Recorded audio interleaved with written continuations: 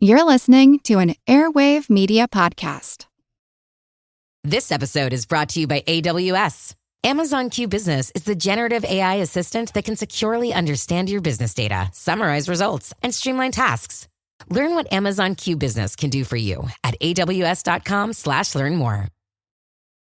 This episode is brought to you by LifeLock. The holidays mean more travel, more shopping, more time online, and more personal info in places that could expose you to identity theft. That's why LifeLock monitors millions of data points every second. If your identity is stolen, their US-based restoration specialist will fix it, guaranteed or your money back.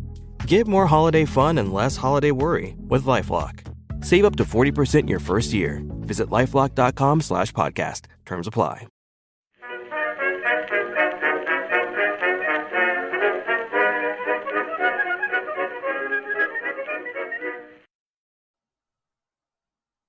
Hello, everyone, and welcome to another History of the Second World War interview. Today, I'm joined by writer and historian Jane Guilliford Lowes, who is the writer of the upcoming book, The Invisible Campaign, Bomber Command Gardening Operations, 1940 to 1945, which will hopefully be out in January 2025. Jane, how's it going today? Very well, thank you. It's great to be here, Wesley. Thanks for having me on the show. I first heard of you by listening to your excellent podcast about how great the dam busters were and how that's all that the RAF did during the war. It's been Absolutely. a real to listen to you. Can you talk just a little bit before we get in about your book, about your podcast? Yeah. So I am the producer and co-host of a podcast called Never Mind the Dam Busters, along with historian and academic James Jeffreys. I alighted upon the idea of a Bomber Command podcast right about a year ago. I was watching something on World War II TV, actually, and they were going into sort of various different aspects of Bomber Command's work, and there was just so much to talk about. And I thought, why hasn't anyone done a Bomber Command podcast? So I thought, oh, that person could be me. So that's where I got the idea. But the concept behind it is really to do with the fact that, well, I don't know what it's like in the States, but certainly in the UK where I'm from, whenever you mention Bomber Command, everyone always just says, oh yeah, the Dam Busters, yeah, right.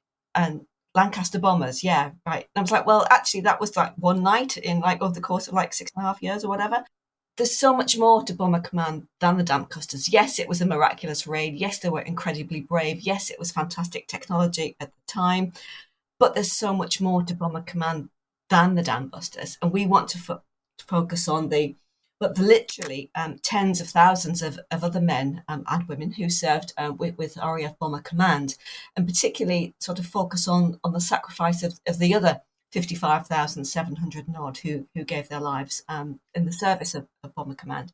And there's so many great stories to be told, and stories about technology, the stories about people, about bravery, about aircraft types, so many different aspects to be gone into. And it's just a never-ending topic, really. So it's a great source of information for a podcast. Absolutely. And I think you guys are up to 44, 45 episodes at this point. And I think everybody should go listen because it's fantastic. Speaking of all the things that Bomber Command was doing, other than one single raid, let's talk about gardening operations, which is the topic of your book. With the first question is pretty obvious, pretty much writes itself. What are gardening operations? Okay, gardening operations. This is quite a niche subject, I must admit. But gardening operations were the laying of sea mines by aircraft to target enemy shipping. Okay, why is it called gardening? Well, when this campaign began in April 1940, the Air Ministry decided that we needed a decent sort of code word to describe it so that the Germans wouldn't catch on to what we were actually doing. And so someone thought, well, let's call the mines vegetables and we'll call the minefields gardens. So we can say that we are planting vegetables in such and such garden. And the gardens were all given sort of horticultural names like, zinnia and chrysanthemum and carrot, vegetable, onion, all sorts of really obscure things like that. So the Germans clearly just didn't have a clue what was going on. So that's where the name came from, and it stuck. And throughout the course of the rest of the war, these operations targeting enemy shipping were known as gardening. That is so interesting. It's such a fun story, and it results in really fun, probably fun to write about, right? You can use those fun things like the carrots and things like that. Yeah. Like, for example, you might get a code message saying, please plant artichokes in tangerines. People will be looking at that going, what on earth is that talking about? Yeah. So it's basically planting a particular kind of mine in a particular minefield. So yeah, it's a great way to phrase it, I think. It's very British as well, perhaps. Yeah. I think there's definitely a sort of a bit of an almost kind of, what the British sense of humour is like, almost. I mean, obviously it's, desperate times and desperate measures, but there's always that little tinge of humour, I think, in the background. You mentioned this started in 1940, but one thing I was wondering is was this kind of a plan from before the war? Like, was this a mission that Bomber Command thought they would be doing coming into the war? I kind of know that, the expectations of Bomber Command were probably a little different than the realities that they ran into as starting, in 1939 and 1940. So is this something they planned to do and kind of had things planned out, I guess? Certain people within Bomber Command planned to do it. So we need to scroll back to as early as 1936, when Sir Arthur Harris, he wasn't Sir then, but Arthur Harris, who eventually became Air Marshal Arthur Harris, the head of Bomber Command in 1942, he'd put out a specification for an air-laid mine as early as 1936. So it was on his mind. He thought this was something that needed to be done, that bomber aircraft could certainly possess this capability. Certainly the Germans were developing the same sort of technology at the same time. And it was something which had to be done, obviously, in conjunction with the Navy. Around about the same sort of time, the British Navy were having similar sorts of ideas. So these sort of two different plans, if you like, one from the air point of view, one from the naval point of view, sort of coalesced in about 1936, 1937, and then prototypes started to be built, to be developed. But when war broke out in 1939, they weren't ready. And the Germans actually stole a march because they were ready, and they began planting air-laid mines in and around British coasts from more or less from the get-go, from about September, October 39, to devastating effect. What were the expectations for kind of those efforts? Were they just like, hey, we just need some mines, we'll figure out what we're going to do with them? Or did they kind of have a well-developed plan of like, we're going to put mines here, we're going to put mines here for this reason and that reason?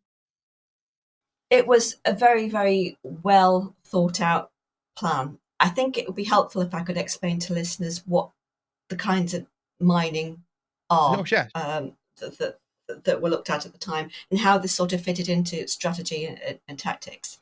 So I think first we need to distinguish between defensive and offensive mine laying. So defensive mine laying is the laying of mines in one's own waters to protect shipping, ports, harbours and supply routes. So you'd be expecting your own mine-laying ships to be doing that sort of operation. But then you also have offensive mine-laying, or offensive if you're American, the laying of mines to target enemy shipping in his or in neutral waters, and that's what Bomber Command's mine-laying was all about. So this concept of using aircraft to plant mines was actually envisioned before the outbreak of the First World War, can you believe? But it was not until the Second World War that aircraft successfully mined in quantity, because they just didn't have the technological capabilities to do that.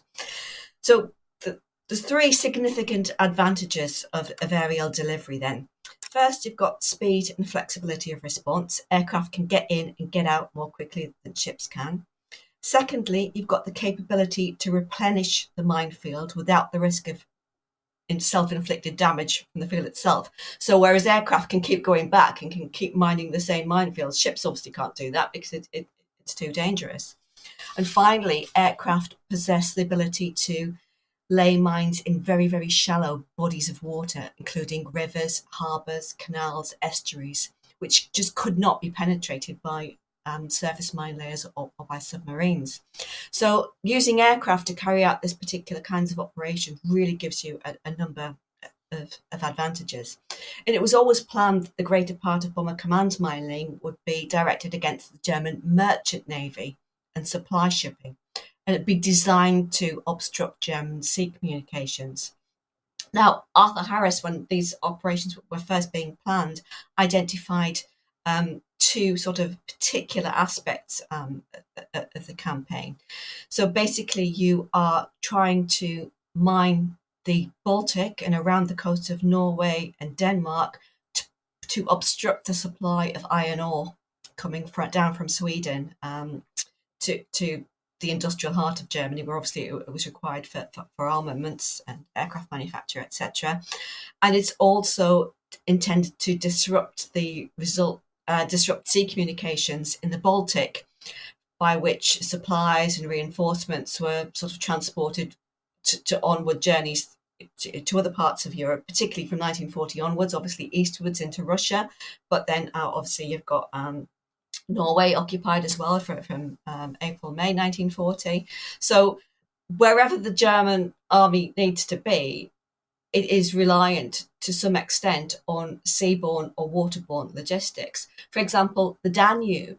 No one thinks about the Danube, but the Danube is a massive trade route, particularly for the supply of oil from the oil fields in Romania into the heart of Germany. So all of these routes can be targeted by mine-laying aircraft, and they're all places where naval vessels just couldn't ever hope to reach. I was just reading the other day, oh man, and now I wish I could remember the book, but I was reading about sort of late war bombing operations and how important German waterways became as the Allies were targeting rail installations, railway marshalling yards and things like that.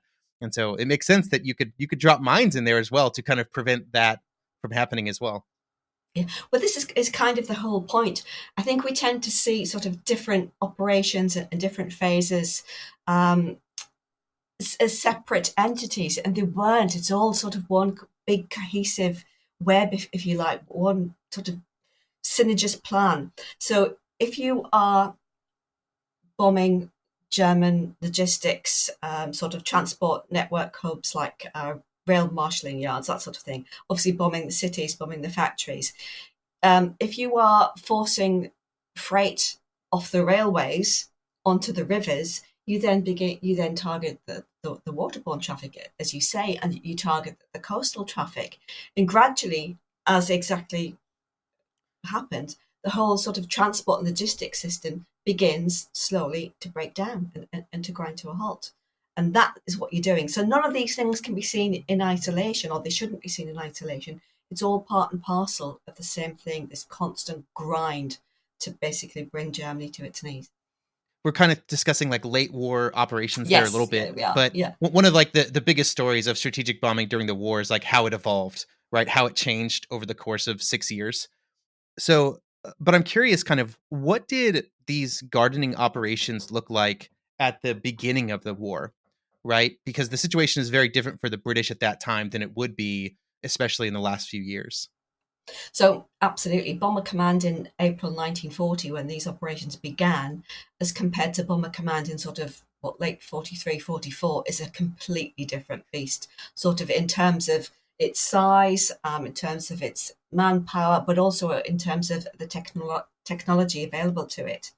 So in April 1940, when the mine laying campaign first began, I mean, basically, we have an expression over here that, you know, Bomber Command couldn't hit a barn door with a banjo.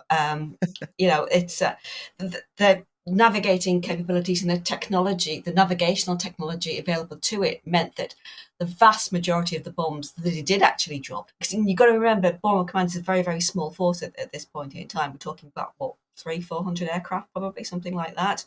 That they're not falling anywhere near their intended targets, and they're also sending out very, very small numbers of aircraft. So they're basically just not achieving anything.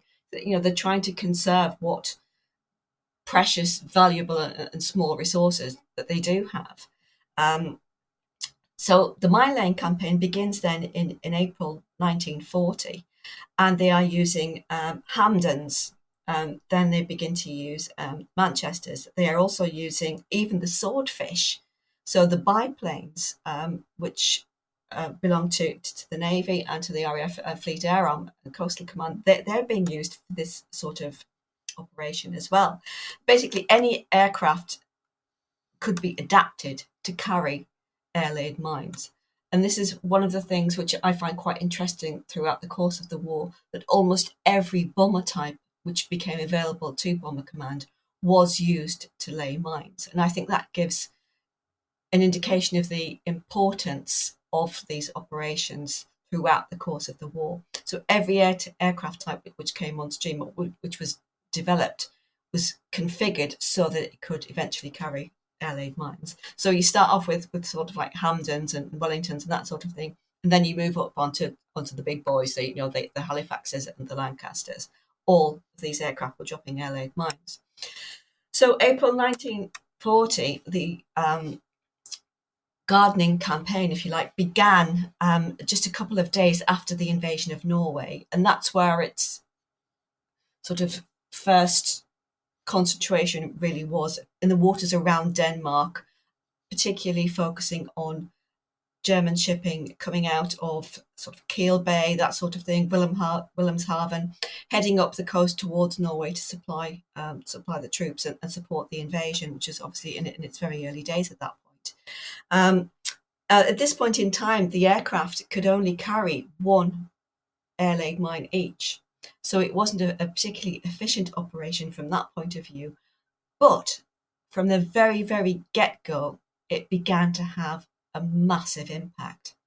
So straight away, within a couple of weeks, Harris has got all of his intelligence together, and reports are coming in from Sweden, from Norway, from Denmark, all of these countries sort of surrounding the Baltic waters, and the Skagerrak, the Kattegat, those sort of areas, down to the Frisian Islands on the other side of Denmark, towards Holland, that these air-laid mines are causing absolute chaos because the Germans don't know what's going on. And because they're targeting merchant vessels in particular, they're clogging up harbours, they're clogging up canals. There's just, ships being sunk left, right and centre, and they're like, what on earth is going on? And it's this action by Bomber Command, by carrying out this mine laying in 1940, which causes the Germans to adopt a convoy system for their vessels. Now, we hear lots about the Allied convoy system, don't we, backwards, forwards across the Atlantic and up to Russia. But the Germans had to adopt something similar, but obviously on a much, much smaller scale, because their navy is tiny compared to the Royal Navy, really, particularly after the Norwegian campaign and the battles up at Narvik, where much of the fleet was destroyed. So they are forced almost from the get-go to adopt this sort of scheme of escort duties, so that all of their merchant vessels and troop carriers heading up towards Norway are protected. And of course, that is then using up their resources. And that's another massive part of what mine laying is all about. It's basically all about being a massive pain in the backside for your enemy. That's what it is. By making his life as difficult as possible, by disrupting his logistics and forcing him to divert his resources from other areas, as we'll see as the discussion evolves, particularly as the war progresses. It's like, that's the power of airborne mines, right? Is they could be anywhere. Like if there's a bit of water, there could be a mine in it at any point in time, because you can't. And what that means is that the German forces then have to sweep all of these routes, all of these harbours, all of these ports, all the time, to make sure that they are clear of mines. And that just causes horrendous problems. So the German minesweeping forces expand exponentially from sort of 1941 up to 1943, and something like 40%, I think it is, of Kriegsmarine men or bodies are employed in minesweeping duties. and they could have been much more usefully employed elsewhere doing other things, but they had to do. Germans had a few things they needed people to be doing at that point in time. Yes, exactly. Yeah, particularly from sort of 41 onwards. Yeah, absolutely. And it's just the drain on their resources was enormous. Now, I should mention, of course, that as I mentioned at the very, very beginning, the Germans were also mine laying in British waters as well. And from sort of 1939, early 1940 to absolutely devastating effect. But it was because we saw how devastating that actually was that the RAF and the Navy sort of acting in conjunction thought, we need to be doing this. We need to be getting a move on with this ourselves. And what they then do is implement this on a vast scale, much more, enormous scale than the Germans could ever have contemplated doing, because they didn't have the resources to do that.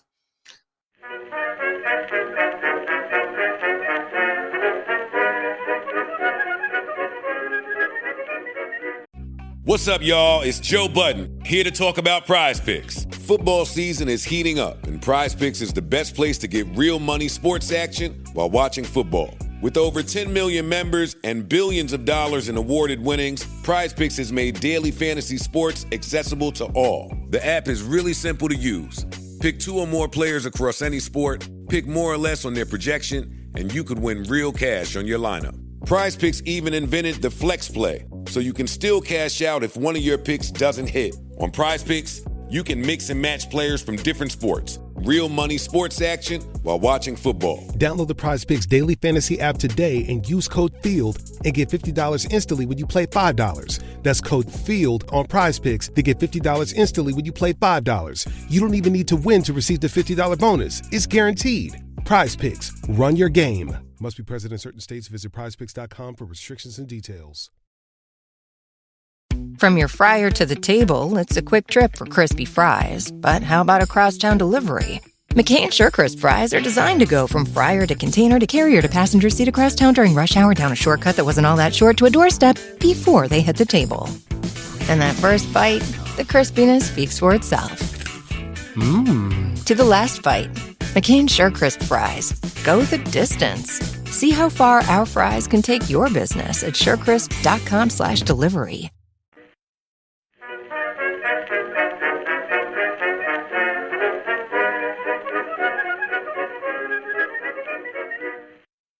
Yeah, and so let's talk about that a little bit, because so you mentioned, you kind of talked about a little bit about what these looked like in April 1940, just getting started, anything that could carry a mine, maybe only carrying one of them.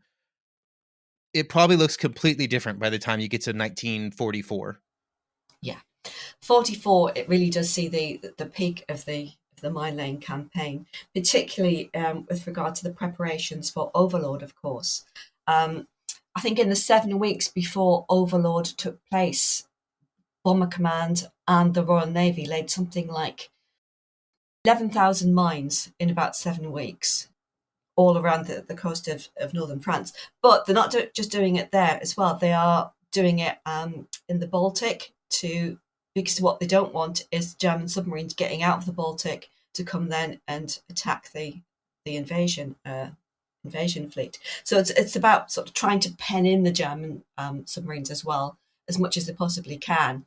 And so you've got mine laying going on as well down the Atlantic coast, particularly focused around the submarine bases. So you've got La Rochelle, Saint-Nazaire, La Pallice, Bordeaux, but all those kinds of places are all being mined constantly at this time as well. It's all about focusing on restricting movement. That makes perfect sense, because that's the one place they will be at some point. Once they get out of that kind of area of the base, they could be anywhere. Yeah. And just going back to what the mine laying campaign actually looked like at this time. So you've got, in the run-up to D-Day and afterwards, because it was important, as I say, to keep those U-boats penned in, you've got Lancasters carrying up to 6 air-laid mines now. That's the difference in strength from the Hampdens that could only carry one in 1940. You've got Lancasters that carry 6 of these. And these are big things, they're absolutely massive. They're designed to destroy shipping. Of course, that they're going to be huge. And you've got your Halifaxes carrying 4, your Stirlings carrying 4. So yeah, it's just a completely different operation at this point in time, and it is mine laying on an absolutely industrial scale as well. As I say, there are absolutely thousands of these things being laid, and to great success as well. Were they like specialized squadrons laying these, or could any squadron of bombers be trained for this operation? Like, was there anything special involved with it? No, there wasn't. Perhaps there should have been, but yeah, I'll come to that in a second. If you look through any Bomber Command airman's logbook, you will likely find that he went on at least one or two mine laying operations. So it was a very, very common operation for Bomber Command squadrons to do. Nearly every Bomber Command group carried them out. Nearly every Bomber Command squadron would have undertaken mine laying operations at some point in time. However, there was no specific air training for these operations. So there was classroom training, but there was no actual training while they were being prepared for operational duties to carry out mine laying. It was just something that they did. And that, I think, was a factor in the fact that losses on mine laying duties were actually more or less about the same as they were on bombing operations over Germany. This is a common misconception that mine laying was the easy option. But let's just think about that for a moment. The vast majority of mine laying operations took place at night, in the dark, and quite frequently when the weather was too bad for bombing to be carried out. So it could be in the midst of winter, you've got the risk of freezing, you've got fog, you've got low cloud. In the early days, before they had sort of the navigational technology, these operations were being conducted from a very, very low height. So these mines were being laid from usually about 500 to 1,000 feet. Think about as well what I said at the beginning about where these mines are being laid. They are being laid in ports, harbours, estuaries, rivers, canals. So you are right on top of enemy territory. You are undoubtedly flying into or over coastal defences. There's a misconception that mine laying involves sort of flying over the North Sea or over the Atlantic or whatever, dropping a few mines in the middle of the ocean and flying home again, in time for tea. That is not the case at all. That's what the Navy's for. It's why you have ships, to drop mines in the middle of the ocean, So it was an inherently dangerous operation. And it was made doubly so by the fact that for some bizarre reason, the Air Ministry and the RAF thought it was a good idea to send new inexperienced crews out on their first or second operation to do this before you send them over Germany. And that resulted in quite heavy losses, particularly for those crews that were sent eastwards, so to the Baltic. So remember, to get to the Baltic, to get to the eastern coast of Denmark, you've got to fly over Denmark, which is occupied, or you've got to fly over initially Holland, then into Germany, potentially over northern Poland. So you're flying over occupied territory all the time. And the losses incurred in what was known the Eastern Gardens were very, very high indeed.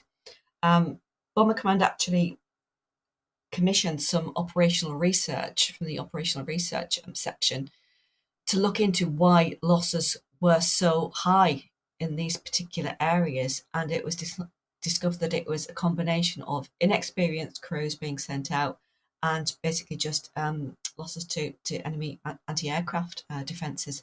Also, there were losses due to being lost in bad weather and basically just coming down in the sea and never being heard of again. So, yeah, it was not a picnic, despite the common misconception. It was no picnic at all. Yeah, that's interesting, because if you would ask me, I would have said that I bet these were safer than what, bombing a random German city. But that makes total sense that you explain it like that on why It was such a Well, problem. Arthur Harris had a policy with mine laying. Now, Harris is often criticised for saying, "Oh, yeah, he hated mine laying. He thought it was a waste of time." That is absolutely not true. He was the driving force behind the mine laying campaign right from the get-go. I mentioned that he'd been the guy to put out the specification for the Airwave mine back in 1936, and he was one of the guys who was absolutely pushing this from 3940 onwards, and he continued to do so right throughout the war. His gripe was that basically Bomber Command were being expected to do everything, and he only had certain numbers of aircraft. So they were expected to do mine laying, they were obviously expected to do bombing, but they were also expected to take part in targeting enemy shipping at sea and that sort of thing as well, bombing the U-boat bases, which he knew was a complete waste of time because you're not going to get through that much concrete. I just recently come back from Norway, where I visited the U-boat base at Trondheim, and you're never going to blow that baby up. It's still there. They just built something on top of it instead. You just cannot shift these things. They're absolutely huge. But Harris's policy right from the start was that bombing and mine laying should be complementary, not contradictory. So, as I've said, bombing would take place when the weather was better. Mine laying would take place when the weather was bad. So it was bombing good weather, mining bad, and that worked perfectly throughout. You mentioned, early in the war, they're flying really low to lay these mines. Did that change? Like, I guess, like on a tech side of these air laid mines, like how did they kind of evolve over the course of the war? So the mines themselves don't really change. I think we should probably explain a little bit how mines work. Actually, we should have done that at the beginning. I guess I'll explain a little bit. Yeah, I'll explain a little bit about that first. So the mines themselves are adapted from ground mines. They are basically magnetic mines initially. So they are triggered by the passing overhead of a large metal object, i.e. a ship. And they are designed to lie on the floor of the sea or of the harbour, riverbed, whatever. And they are then triggered by the passing over of a ship or boat or vessel or whatever. But you also have acoustic mines as well, and they are actually triggered by engine noise. So from a ship's engines will trigger those. But then they get cleverer as the war goes on, and you get mines which will only activate after they've been passed over 5 or 6 times. So that's to defeat the enemy minesweeping operation. So they think they've cleared that area. Bang. No, 6th time the ship goes over, it's gone. Very sneaky. Very, very sneaky. And there's all these little sort of clever mechanisms and gadgets, and then they begin to combine both magnetic and acoustic as well. And they've got sort of time switches on them, or they also have ones which basically switch themselves off after a specified period.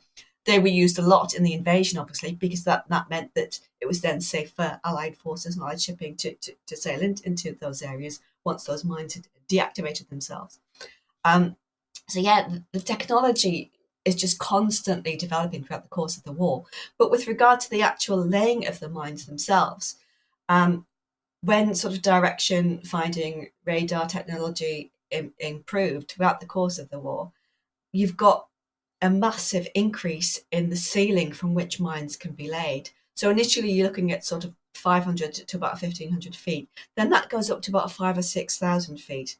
By the end of the war, you are doing it exactly the same way as you were doing strategic bombing. You can do it from about 15,000 feet, which of course means that your aircraft are much less vulnerable to attack. I'll just mention here that I became interested in this subject through my own great uncle's experiences. He served as a wireless operator with 10 Squadron Bomber Command. And while I was researching his story, I discovered that he had flown 5 mine laying operations in the early spring, sort of late winter, early spring of 1944. And his penultimate operation was a gardening op. And he and his crew had been tasked with dropping mines just at the entrance to the La Police La Rochelle submarine base, a U-boat base in France on the French Atlantic coast. And they were actually coned in the searchlights about 3 or 4 times before they were actually successful. So they were extremely lucky not to be shot down on their penultimate operation. So that's how I got interested in this particular topic. But one of the reasons which kind of made me want to think about it and want to research about it in great detail. When I was researching his story, there was no information about mine laying anywhere. It just hadn't been written about to any great degree. It gets mentioned, yeah, in all the Bomber Command books. It can so yes, and Bomber Command also did gardening operations. These were really successful, and it was a great thing. And that's it. You look, if you get like 2 paragraphs or something, and I was like, what? Hang on, they were doing this for like 5.5 years or whatever, constantly, non-stop. There must be more to it than this, and that's what made me really want to look into it further. And when you get into it, there's just so much archival material there. It was just fabulous. Great subject to research. That doesn't surprise me at all. I feel like mines in general, all the ways they were laid, all the ways they were swept, all the impact that they had are like incredibly undercovered in kind of popular histories for sure. Like, especially when you look at the numbers, like the impact that some of these mines had on the overall course of the war, those laid by the Germans around Britain, those laid by the British around Germany. Like it's really impressive, and they barely get mentioned. It's a footnote usually. It is. And it also had an influence on the American campaign in the Pacific as well, because when the Americans were sort of early 45, I'm looking at here, the Americans had obviously seen the success of Bomber Command's Allied mine campaign, and they decided to adopt something similar during the Operation Starvation campaign around Japan. So they are literally sowing the entire coast of Japan with sea mines, and I think they sunk something like is it almost 2 million tons of Japanese shipping was sunk by air-laid mines for the loss of just a fraction of it. I think it's something like 55 aircraft, something like that, which is an incredible rate of return. And again, this is something which, again, has more or less disappeared from the American consciousness of sort of understanding of the war and the Pacific campaign as well. It's something which just doesn't really get talked about at all. Oh no, we only did strategic precision bombing during the war. Precision bombing, pickle barrel, yeah, right. Very precise, very precise. Yeah, Union Norden bomb sites, yeah, I know, I've heard it all before, yeah. So kind of wrapping up here, thinking about the impacts that this had, right? So like, do we know the scale, like over the course of the war, like how many mines did the RAF drop? Do they have any idea of how many ships it damaged or sank? I know sometimes those numbers can be a little hard to come by because it's not like there were any firsthand accounts of I dropped a mine and it hit a ship. Yeah, well, this is one of the problems as well, because many of the mines were on timers, or they would just lay there lurking, for months or possibly even years before they were actually triggered. It's very hard to say, well, that ship was sunk by a mine that was laid 3 years ago. This is one of the problems that you've had. But by and large, the figures vary. But the minimum figure I have is, 638 ships sunk. And the maximum figure I found is 864. So I tend to go for a figure somewhere in the middle of round about 750, I think is fair, which is a hell of a lot of vessels sunk. It is an enormous amount. And this is actually more vessels sunk than by direct attack. So by Coastal Command Strike Wing, by Bomber Command bombing ships. Mine laying was much more successful than that. I think it took about 104 sorties per vessel sunk for direct attack to have any impact. Look at mine laying, it's about 31 sorties per vessel sunk, which are just an incredible rate of return. Yeah. And the losses are much fewer as well. Direct attack, I think you've lost something like 857 aircraft. It was about half that for mine laying. So it's a very efficient and very economical way to wreak havoc upon your enemy, that's what we say. So did you get any kind of idea of, we talked a little bit about how this is kind of undercovered in a lot of the histories. Like, do we know why, other than maybe it's just uncool or something? I think that's a great part of the problem. I think there are lots of different reasons for this. Even sort of in the course of the war itself, Arthur Harris was constantly pushing to try and get some publicity for his mine-laying cruise. But because it was considered to be sort of an almost routine task, if you like, there's no massive destruction visible, there's no whiz-bang explosions, there's nothing to be actually seen at the time. It was considered to be routine and unglamorous. And yes, people did consider it to be the easy option because they didn't really understand the hazards, that I've just explained. And I think a lot of that kind of reflected in the crew's attitude towards it themselves, because it was seen as, or they were treated as doing something which wasn't particularly important. It was just considered a routine task. They themselves didn't give any sort of particular importance to it during the course of the war. And because, as well, they are not seeing the results. They don't know. They've probably finished their tour of operations by the time that the mine that they laid in February 1943 has sunk that ship in January 1944. So it's a number of different reasons, but I think a lot of it, because it was one of Bomber Command's successes, after the war, obviously there was a great move away from Bomber Command, particularly by the politicians, and Churchill was very keen to distance himself, particularly after Dresden, from the strategic bombing campaign. And I think it's all part and parcel of the whole thing whereby Arthur Harris himself became pretty much persona non grata, certainly in British and Allied command circles.